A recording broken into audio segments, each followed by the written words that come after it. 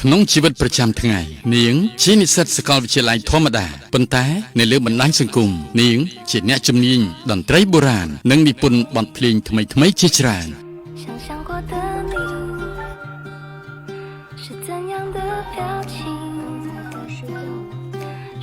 នាងមានក្តីសុបិនចង់សហការជាមួយបរិសុទ្ធម្នាក់ដែលមានសម្លេងពីរោះនិងមានភាពល្បីល្បាញក្នុងបណ្ដាញសង្គមដូចគ្នា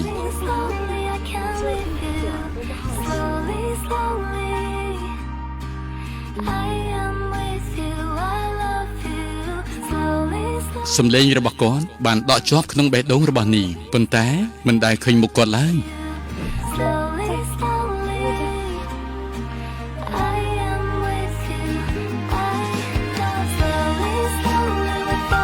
ជានិស្ស័យនាងបានឮសម្លេងបរិសុទ្ធម្នាក់នៅខាងក្រៅដោយចៃដន្យហើយនាងក៏ស្គាល់ច្បាស់ថាជាម្ចាស់សម្លេងដែលនាងតែងតែចង់ជួប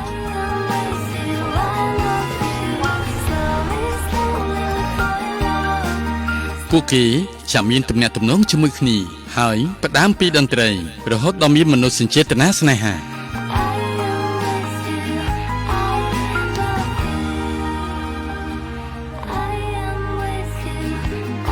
នេះជាខ្សែភាពយន្តបង្ហាញពីតន្ត្រីនិងមនោសញ្ចេតនាផ្អែមល្ហែមរបស់យុវវ័យក្នុងសម័យទំនើប